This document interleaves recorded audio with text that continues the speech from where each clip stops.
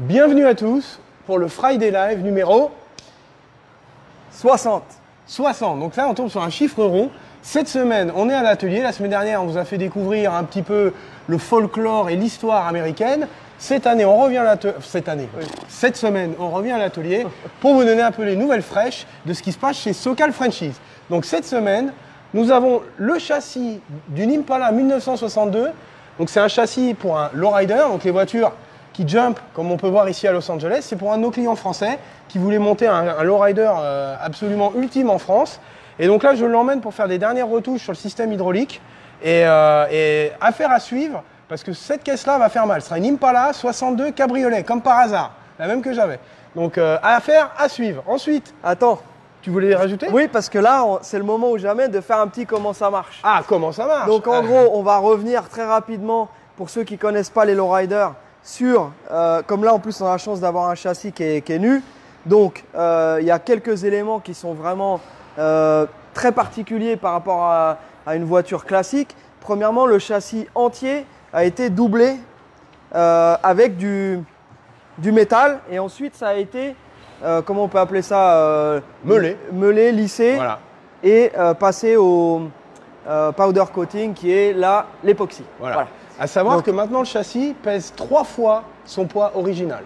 C'est-à-dire que la tôle qui a été rajoutée dessus est 2 fois plus épaisse que la tôle qui est dessus d'origine. Donc on a la tôle d'origine plus une tôle qui est 2 fois plus épaisse. Donc ça veut dire que le châssis est 3 fois plus lourd. Donc il va falloir un sérieux moteur pour mouvoir ça. Et il va surtout falloir bien surveiller la pression des pneus, parce que les petits trous en 13 pouces, avec le poids, etc., ça va faire mal.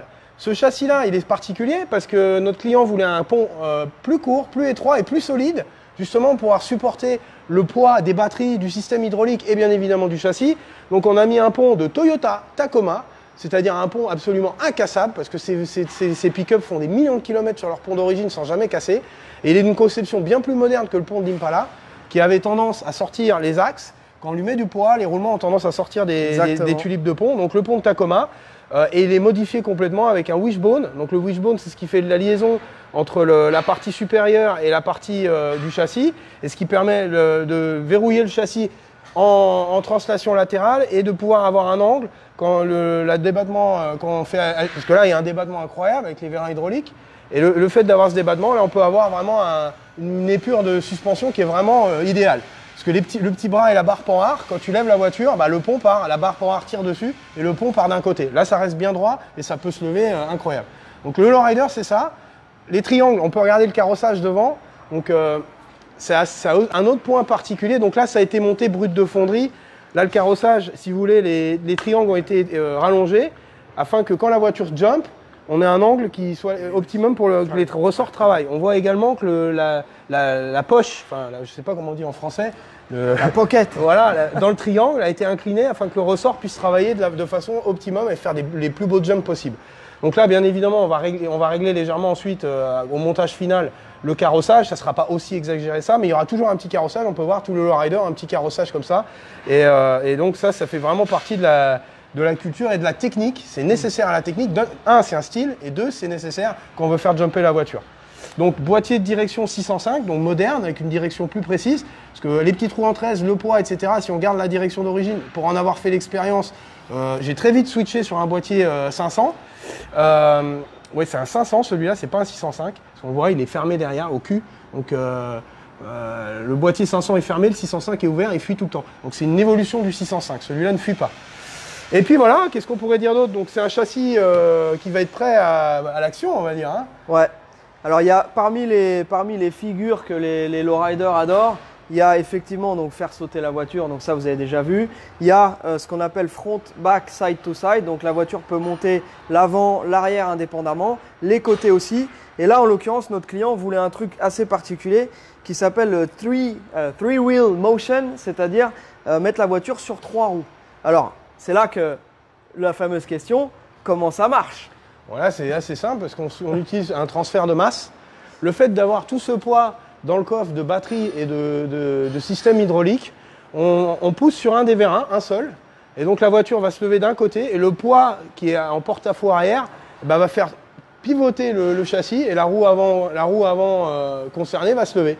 Et c'est pour ça que sur un châssis en X comme ça, c'est obligatoire de faire des renforts et de renforcer parce que la tôle d'origine n'était absolument pas conçue pour subir une torsion pareille, déjà d'une, et de deux, au bout d'un moment, le châssis reste tordu, quoi. Donc sur un châssis en X, donc les Impala des années 60, il faut absolument renforcer le châssis pour pouvoir effectuer cette figure-là. Sur certaines autres voitures comme les Cadillac ou les G-Body qui ont des châssis en H, c'est recommandé mais pas obligatoire. Bon, de toute façon, le châssis morfle. Même renforcé comme ça bougera. Parce que le point de torsion se situe bien ici au milieu. Donc là, ils ont mis vraiment de la grosse tôle. Hein. On voit, ils n'ont pas rigolé. Hein. Là, c'est du solide. Donc ici, quand la voiture se met en tri-wheel, toute la torsion se fait ici. Donc il doit être absolument renforcé. Moi, j'en avais fait un sur ma propre voiture. Et ici, j'avais mis de la tôle 4 fois plus épaisse que la tôle d'origine.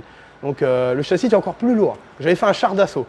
Heureusement, j'ai mis un 350 qui avait de la moelle pour pouvoir bouger l'ensemble. Voilà. Donc, voilà. On en profite donc.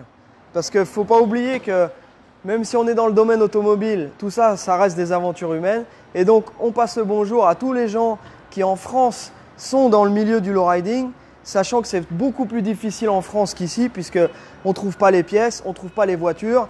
Quand il y a des choses qui cassent, tout de suite, on est bloqué, etc. Donc, voilà, nous, on a plein d'amis qui sont dans ce milieu-là, un petit peu partout en France et en Belgique. Salut à tous les lowriders, on ne peut pas tous vous citer, mais vous connaissez les gars. Ouais. Donc voilà, donc ça, bon là comme vous pouvez voir, il est sale, il est poussiéreux, mais il va revenir tout beau, tout nickel. Et alors aussi une autre chose qui est assez spécifique au lowriding, c'est qu'on a ce qu'on appelle les chrome undies. Comme on a une voiture qui a la possibilité de se lever assez haut, on voit tous ces éléments qui d'habitude on voit moins sur les voitures en général. Et ça permet de voir que toutes les pièces sont chromées, donc les étriers aussi, les ressorts, vous avez vu les triangles, etc. Donc voilà. Voilà pour ce petit projet, 4 freins à disque. Donc voilà, on espère que plus tard, quand le châssis sera arrivé en France, on pourra voir l'évolution. Il y a pas mal de personnes, différents corps de métier qui vont intervenir dessus, donc ça va vraiment être cool. Voilà, on vous tiendra au courant, on vous partagera les photos. Ensuite, donc c'était une petite introduction sur notre petit tour habituel. Alors donc c'est le tour du shop, l'actualité du moment. Donc là, sur le départ, on a cette très belle Mustang 67 qui est finie. Clim, on a installé une clim moderne, elle n'avait pas de clim, elle n'avait pas de DA, et notre client voulait une DA et une clim. Donc on a installé bien évidemment la sempiternelle direction Borgeson et une clim moderne avec un compresseur Sanden. Et le petit boîtier look rétro à l'intérieur. Donc la clim, ça marche très très bien. C'est assez impressionnant comment ça fait du froid. Elle est vraiment puissante. La direction, c'est le top. Borgeson, je ne vais pas revenir dessus. Et puis bien évidemment, il a son petit moteur, sa boîte méca, les suspensions neuves. Bon, comme d'habitude, je ne vais pas revenir là-dessus. Donc ça, c'est prêt à partir. Voilà, moteur refait, préparé aux petits oignons. La boîte aussi top loader 4 vitesses qui a été donc mécanique, qui a été refaite. Voilà, donc très belle petite caisse, les derniers petits réglages et ensuite Kevin, on te la montrera en visio pour toi, on refera le tour ensemble, mais la voiture est quasiment finie. Elle est 99,9% finie, voilà. Il y a un détail à régler encore. Ensuite, on peut reprendre sur notre ami Manu. Ouais. Manu, si tu nous suis, si tu nous écoutes, je pense que tu es en train de tatouer ou certainement en train de dessiner sur quelqu'un. Donc je ne sais pas si tu nous regardes. En tout cas, ta voiture, ça avance. Bon, on avait vu la semaine dernière, les suspensions et le freinage avaient été montés. Le moteur est maintenant dedans. L'échappement est fini. Donc on a monté les collecteurs et on a adapté la ligne d'échappement au nouveau collecteur. Donc chose qui est faite. Ensuite, j'ai remis plein de petits éléments sur les périphériques moteurs, démarreur, pompe à carburant. Et là, j'attendais les dernières pièces pour mettre le radiateur. Donc, on va partir sur un double ventilo chromé de chez Be Cool. Donc, il va être cool avec son ventilateur Be Cool. Donc, on va passer sur un kit ventilateur électrique. Parce qu'avoir ce gros shroud en plastique et cette hélice en plein milieu de ce beau kit poulie, je trouvais ça dommage. Donc, on va passer sur un système de ventilation électrique, mais de top niveau. Parce que là, je le rappelle, il y en a plein qui crient au scandale. Ouais, les ventilos électriques. Manu a eu cette idée préconçue dès le départ quand je lui ai proposé l'idée. Il m'a dit ça marche jamais, les voitures réchauffent, nanani, c'est mieux le ventilo mécanique. Je dirais oui, parce que le ventilo mécanique marche en permanence. Donc ça, c'est sûr, ça refroidit. Mais mieux, je pense pas. faut s'équiper du matos adéquat. C'est juste ça. Si tu achètes les ventilos sur eBay à 30 balles, ah bah t'es sûr que ça va pas refroidir. Hein. C'est des trucs qui tournent tout doucement, les pales et puis ça marche jamais longtemps. Là on a acheté du bon matos, du Be Cool. Là il y a 4000 CFM de débit d'air, donc ça va envoyer du bois. Il va pouvoir se sécher les cheveux devant. Mais là, parce que lui, il voulait la clim. Et comme en plus il va rouler ici à avec, il a besoin avec la clim. Donc là j'ai acheté un petit module électronique de chez Deral. Donc c'est un petit module pour piloter justement les relais avec une sonde qui est ajustable. Donc on peut ajuster la température de déclenchement des ventilateurs. Et il y a un override, c'est-à-dire que quand il allumera la clim, les ventilos se déclencheront automatiquement dès qu'il y aura la clim. Donc c'est un système quand même évolué. C'est un truc. C'est pas juste le petit switch au tableau de bord. Donc Manu m'a dit je suis d'accord, mais fais ça bien. Donc on fait ça bien, comme d'habitude.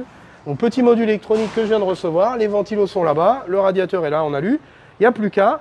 Bon, bien comme évidemment, on doit être sur tous les fronts, donc c'est un petit projet qui avance gentiment, mais sûrement. On va pouvoir la démarrer bientôt, je pense. Ensuite, donc nous avons attaqué la voiture d'Alain. Donc Alain, cette fameuse Mustang première génération. Donc celle-ci, elle a eu un petit traitement un petit peu piste, hein, suspension Bilstein, 4 freins à disque. On a aussi tout ce qui est le moteur sur roller, etc. Pas mal de pièces perfo dedans. Un pont Curie, un gros pont 9 pouces Curie avec autobloc. Exactement. Il y a une Tremec 5 vitesses, il y a une direction à crémaillère, 4 freins à disque. C'est du lourd. À mon avis, sur piste, ça va être un vrai petit jouet, ça va vraiment être sympa. Et je pense qu'il va prendre beaucoup de plaisir à son volant. Après, elle a cette livrée Wimbledon White. Voilà, mais Tribute GT350. Ouais. Et elle va recevoir un intérieur complet tout neuf, donc Pony. Donc on l'a déterré pour pouvoir justement faire cette liste de pièces et commander tout ce qu'il faut pour la remonter nickel. Donc les joints neufs, voilà, on a fait une petite sélection, ça sera nickel. Mécaniquement, elle n'a pas besoin de grand chose. On a repéré une petite fuite par-ci et un petit cylindre bloc par-là. Franchement, c'est une première. Celle-ci, le précédent propriétaire l'avait vraiment bien soignée. Donc ça devrait aller assez vite. Voilà.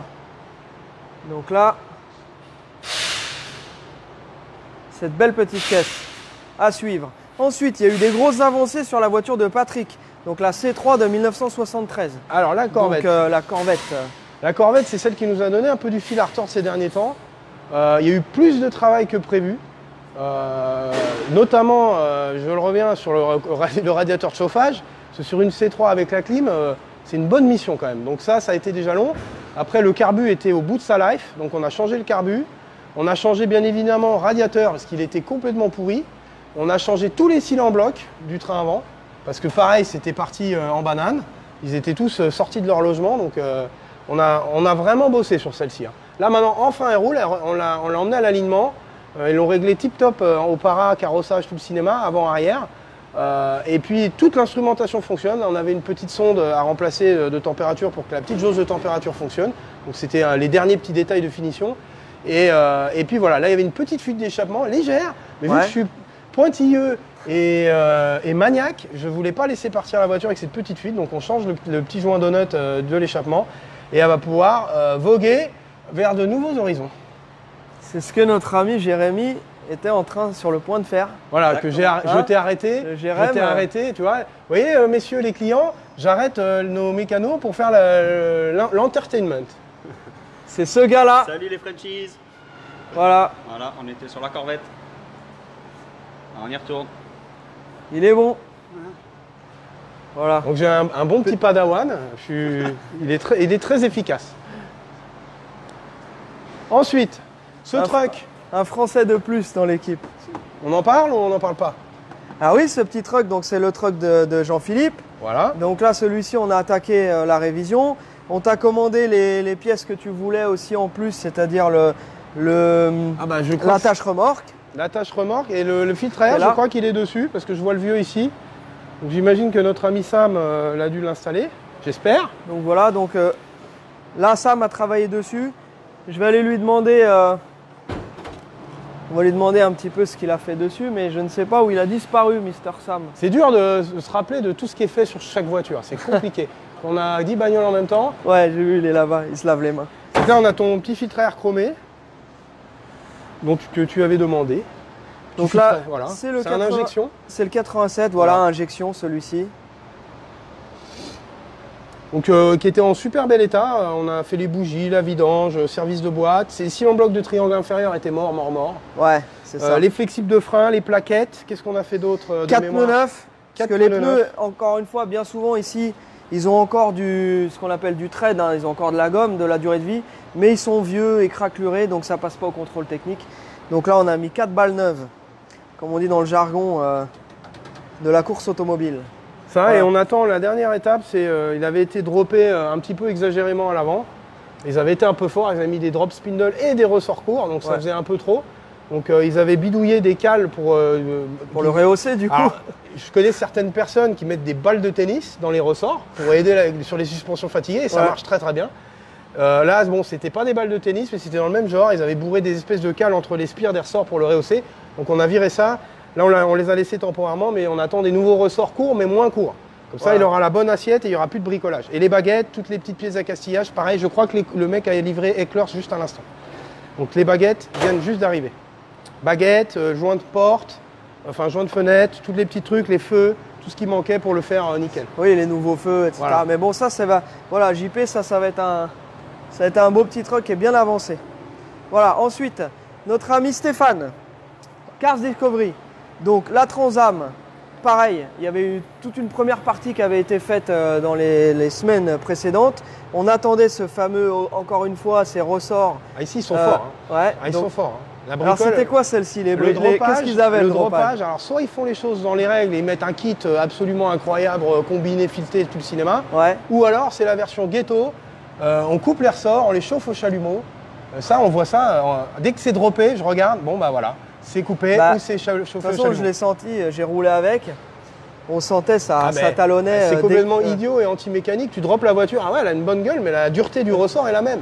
Donc la voiture elle talonne, c'est complètement nul quoi. Ouais. Donc ça pareil, on enlève les ressorts chauffés au chalumeau et on lui met du ressort et bac pile poil bibiche, amortisseur neuf parce que évidemment les amortisseurs tapés ont talonné je sais pas combien de fois donc on préfère les changer. Amortisseur, ressort et voilà, celle-ci sera prête à partir, c'était la dernière touche finale. Donc ça, donc j'ai la preuve. Donc là on est vraiment dans les... On met pas du tartempion, tu vois, on met du A-back, donc c'est du sérieux. Voilà. Il y a écrit A-Back et après sur le carton il y a écrit Made by A-Back. Voilà. Pour que tu sois bien sûr. Ah oui, mais ça aurait pu être made in, je sais pas, Tartampion. Ensuite. Donc voilà cette belle Transam et je fais une petite parenthèse sur les Youngtimer parce que bien évidemment, comme vous le savez, les voitures des années 60-70, les muscle cars, toutes les voitures rares de ces époques-là, même les voitures qui étaient vendues à très grosse série, qu'on trouvait beaucoup, on en trouve de moins en moins, les prix continuent à augmenter. Donc les gens de notre génération aussi commencent à s'intéresser à des voitures qui les faisaient rêver quand ils étaient plus jeunes et qui peuvent se payer maintenant en deuxième voiture ou troisième voiture. Donc de plus en plus d'intérêt sur les Youngtimer et beaucoup de ces voitures-là qu'on trouvait banales, même il y a 10 ans quand on venait ici à LA, on les voyait mais on ne s'attardait pas. Et maintenant quand on voit une très belle caisse comme ça, dans un état comme ça, on se rend compte que c'est limite plus rare, même sur les cars shows, que certaines caisses des années 60-70, puisque beaucoup sont partis à la casse, les gens ne les gardaient pas. Ne les respectaient pas. Ne les respectaient pas. Et en fait, il y a eu un peu comme il y a eu en France, avec ces primes à la casse, etc. Les gens prenaient un crédit pour acheter une neuve et ils se débarrassaient de l'ancienne. Donc, bien entendu, c'est bien pour l'économie, mais pour ce qui est de la sauvegarde du matériel, là, c'est zéro. Donc résultat, de temps en temps, on tombe sur des belles perles comme ça et on est content de la présenter. C'est une voiture donc, qui va être proposée à la vente secteur Normandie. Voilà. Ensuite, donc, on a commencé à acheter un petit coup d'œil à la voiture de Jules. Jules est en vacances encore à Singapour. Donc Jules, tranquille, on en parle quand tu rentres. La voiture, qu'est-ce qu'on a fait, Jérém? Je crois que c'était les étriers. Ouais, il y avait une fuite d'étrier, donc ça, on s'en occupait parce que ça coulait. C'est un peu la maladie des corvettes, Alex. On peut en parler aussi. C'est systématique. Donc, c'est des voitures qui ont 4 freins à disque. Même sur les premières générations de C3, elles avaient déjà 4 freins à disque et 4 étriers qui fuient tout le temps. Si j'ai bien compris, tu as une partie qui est flottante. C'est toujours là que ça se met à... Le piston d'étrier est flottant, donc la conception est un peu bizarre. Ils misent sur le joint pour faire vraiment tout le guidage et toute l'étanchéité. Et ça ne tient pas du tout dans le temps, quoi. Donc, comme je l'avais déjà expliqué, maintenant il y a des fabricants qui les modifient, les étriers d'origine, qui mettent un insert en inox et des pistons en inox serrés, ajustés serrés. Donc là, on a une efficacité qui est mieux et une fiabilité surtout qui est bien. Ils les garantissent, leurs étriers, donc ça veut dire qu'ils sont quand même sûrs de leur coût. Par contre, le prix, c'est quasiment 10 fois plus cher. On doit être 7-8 fois plus cher qu'un étrier échange standard d'origine. Donc ça a un coût. Donc ça, c'est pareil, c'est le genre d'option on peut faire à la carte, mais qui ne sera pas d'office. C'est pas forcément systématique, surtout quand on est sur des prix qui sont contenus. C'est ça. Voilà, parce que, encore une fois… on peut faire du très beau, hein. On peut toujours. Mais on peut faire du très cher aussi. On peut toujours faire mieux. Bon, cette très très belle Mustang cabriolet de 67, donc qui est en cours de révision aussi. Donc pareil, hein, je vois ici alors ça c'est le truc absolument. La voiture roulait comme un charme, pas de jeu, pas de claquement, rien du tout, mais tout était mort. Les soufflets étaient crevés. Les bagues de triangle étaient complètement usées, les cylindres blocs. Et ce qui est drôle, c'est que la voiture roulait bien, on ne le sentait pas à la conduite. Mais bon, tu l'emmènes au contrôle technique, tu la lèves, il joue le gentil monsieur du contrôle technique arrive avec sa barre à mine, il fait ah il y a du jeu, il y a du machin et c'est mort. Donc on a changé les triangles, les perches, tout le cinéma comme d'habitude. Je vais pas revenir dessus parce que je me répète. On me dit ouais tu te répètes, tu dis toujours la même chose. Bah ouais, mais en même temps, on a des nouvelles personnes qui nous rejoignent. Et puis on a aussi des gens qui ne retiennent pas forcément d'une fois à l'autre. Voilà. Hein, donc celle-ci, il faut faire votre homework aussi un peu. Et je vois aussi que… Alors on a prévu un échappement neuf parce que bon, il était vraiment au bout du rouleau. Hein. Vraiment au bout du rouleau. Les lames d'origine, donc affaissées comme d'habitude. Hein, ça aussi c'est la maladie. Donc là, si j'ai une collection dans l'arrière-cour de lames usagées, je dois avoir 1 tonne de lames. Donc un jour je vais aller à la ferraille et puis ça va me payer un bon gueuleton ça. Voilà, bon, la routine chez Socal Frenchy, j'ai envie de dire. Donc là, cette voiture-là, pareil. Alors, ensuite, petit aparté, et là, je vais faire une grosse dédicace à notre ami Franck Lopez du garage Bolide Garage. Tiens, on va éteindre ça qui nous gêne, qui fait du bruit. Donc, Franck, félicitations pour ta journée porte ouverte. Ça a l'air d'avoir été un succès. Félicitations pour le shop, etc. On est pressé de venir voir ça en vrai.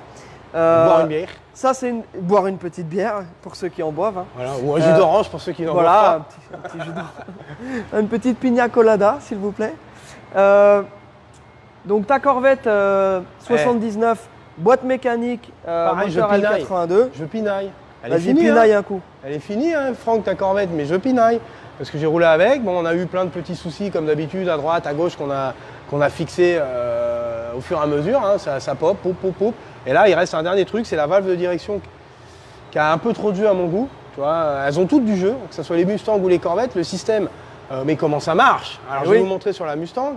Parce que alors, la valve de direction, elle est ici. En fait, c'est un répartiteur hydraulique, ce qui permet de répartir la pression dans le vérin. Donc, c'est le même système. Sur une Corvette, une Mustang, c'est marrant, c'est le même système. Chevy a utilisé ce système, Ford aussi. Donc, on voit cette valve. Et quand on balance on la voit bouger le long du idler arm. Et donc ça, c'est ce qui répartit la pression hydraulique dans le vérin, soit pour pousser, soit pour rétracter. Et pour tourner à droite ou à gauche.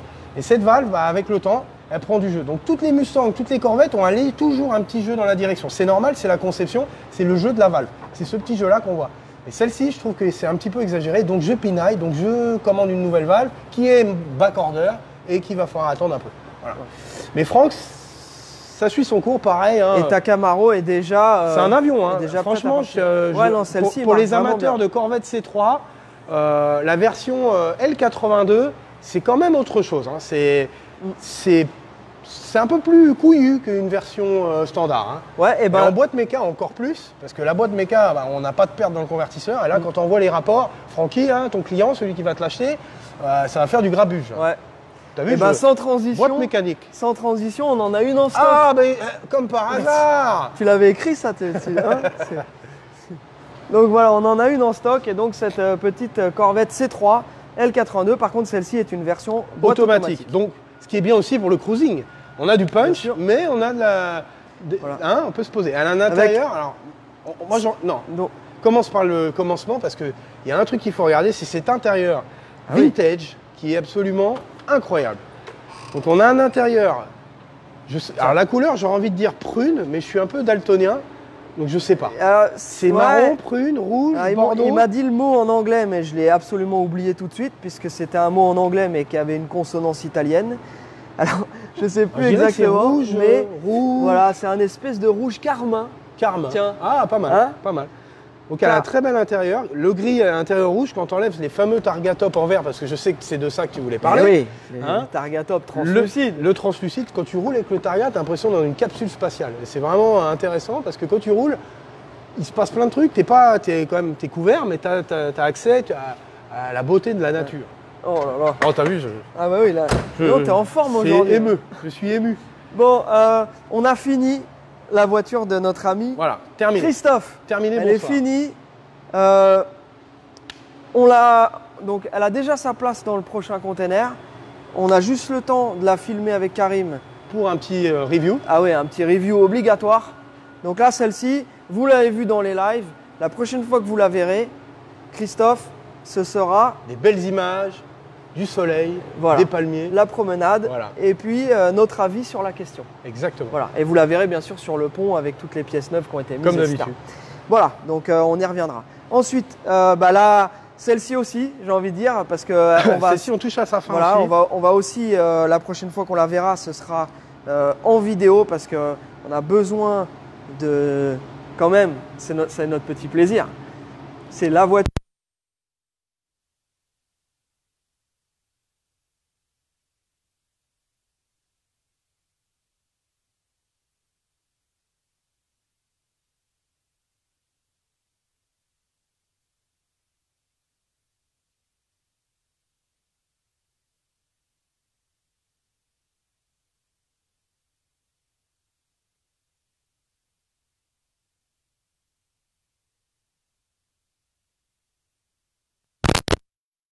On parle tellement On a niqué la batterie. que j'ai niqué la batterie. Alors Alexandre, tu continues Alors, gentiment. faut que je me rapproche ici. Je Donc, reviens avec des batteries neuves dans un instant. Ok les gars? Donc cette voiture, hier j'ai fait 60 km, ouais, à peu près, avec sur la freeway et tout.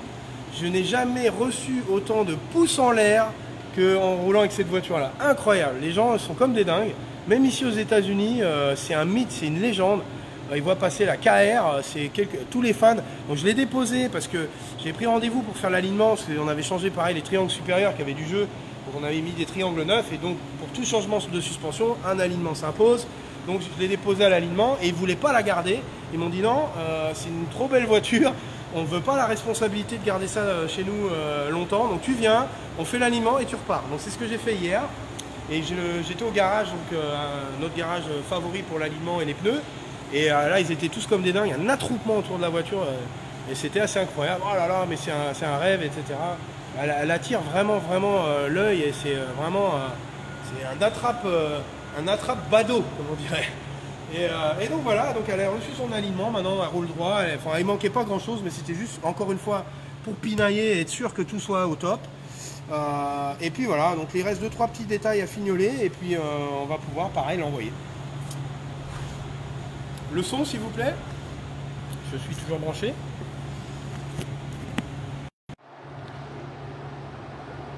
Et voilà, normalement nous sommes de retour. Voilà. Excusez-nous pour ce petit intermède. Interlude. Donc vous avez... Intermède. Intermède. Une interlude. Oui, je sais. Je ne sais pas à quel moment ça a coupé, hein, mais on est en train de vous dire qu'on va filmer. Oui, on l'a dit ça. Hein, voilà, ok. Voilà. Très bien. On a dit, j'ai dit aussi qu'on allait filmer celle-là aussi. Voilà, Qu'elle super. était prête, presque. Très bien. Donc voilà, Ensuite, on a fait notre petit tour. Qu'est-ce que tu voulais dire d'autre ? Si. Donc on a en stock, parce qu'on n'a plus beaucoup de bagnoles en stock, on a vendu beaucoup de nos voitures. Donc il va falloir qu'on retourne à la chasse. Mais c'est un éternel recommencement cette histoire. Ouais. Donc on a cette Corvette L82 qui est très cool, la grise. On a cette Corvette noire qui est une 76, noir intérieur noir, 350, belle petite caisse aussi. Donc la génération qui précède la 78. Donc, qui a la grise, elle a la fameuse vitre arrière bombée. Celle-ci, elle a la vitre arrière droite, comme sur les premières générations de 68 à 73. Donc, ça, c'est une 76. On a ce petit truck de 85 avec son V8 305 qui a une très très belle attitude, une jolie peinture, vraiment en très bon état aussi. Donc on a ça. Et ensuite, le reste, on a la voiture d'Alain qui va partir aussi très rapidement en container. Hein. Donc ça, Alain, celle-ci, elle part, je pense, on va l'emmener dès lundi. Donc voilà, Alain qui nous a fait confiance déjà plusieurs fois pour plusieurs caisses sympas. Donc on a cette petite Porsche Targa. Voilà, qu'est-ce qu'on a d'autre? On a la voiture de José et Antoine, donc, qui est une Mustang première génération. Voilà, très très belle caisse aussi. Celle-ci, on n'a pas forcément encore eu le temps de l'attaquer, mais ça va être une des prochaines. Et on va attaquer aussi la Corvette 72 qui est aussi pour Stéphane de Cars Discovery. Et celle-ci, donc c'est le modèle avec le moteur 383 Stroker qui déménage. Voilà. Donc je pense qu'on a fait le tour sur ce qu'on a ici. Voilà, on a fait le tour. Comme je vous l'ai dit tout à l'heure, on doit courir, déposer ça, on a plein de trucs à faire. Donc on a avancé un petit peu le live. On vous remercie de nous avoir suivis. On vous souhaite un excellent Friday.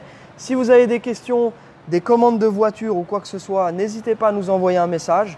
Hein, on s'en occupera. Donc en général, on les consulte en fin de week-end et à partir du lundi, on commence à vous répondre. Donc laissez vos coordonnées, cahier des charges, une idée de votre budget, etc. Si vous ne savez pas exactement, posez-nous la question, on vous aiguillera. Qu'est-ce que je peux dire d'autre aussi? Nous ne faisons plus de pièces détachées. Donc ça, on le dit souvent, mais par manque de temps, on n'a plus du tout le temps de faire les commandes, de faire les envois, de préparer les colis, vérifier toutes les références. On le fait pour toutes nos voitures en cours. C'est déjà énormément de travail. On ne peut plus le faire. On n'a plus la logistique nécessaire. Pour l'instant, voilà, on est obligé on préfère se focaliser sur ce qu'on a à faire ici et pas s'éparpiller. Ça devenait ingérable. Donc on a décidé de mettre cette partie-là, les pièces, en stand-by. En berne. Ok, voilà. Donc petit rappel. Sinon, c'est tout. Je crois qu'on a fait le tour. Voilà. Hein, il me reste juste à vous souhaiter un bon week-end. Hein, sortez vos voitures, profitez de la vie. Hein, amusez-vous, hein, c'est fait pour ça. Ouais. On est d'accord. Faites rondir les moteurs. Ouais. C'est surtout ça qui est intéressant. Fumez les pneus pour ceux qui peuvent. Parce que bon, malheureusement, il y en a qui ne peuvent pas. Certains peuvent un seul. Un mono Ce qu'on appelle le mono-burn. Le mono-burn. C'est bien Bref, aussi. Mais... amusez-vous et on se voit pour de nouvelles aventures très prochainement. Tchuss. Bye guys. Portez-vous bien.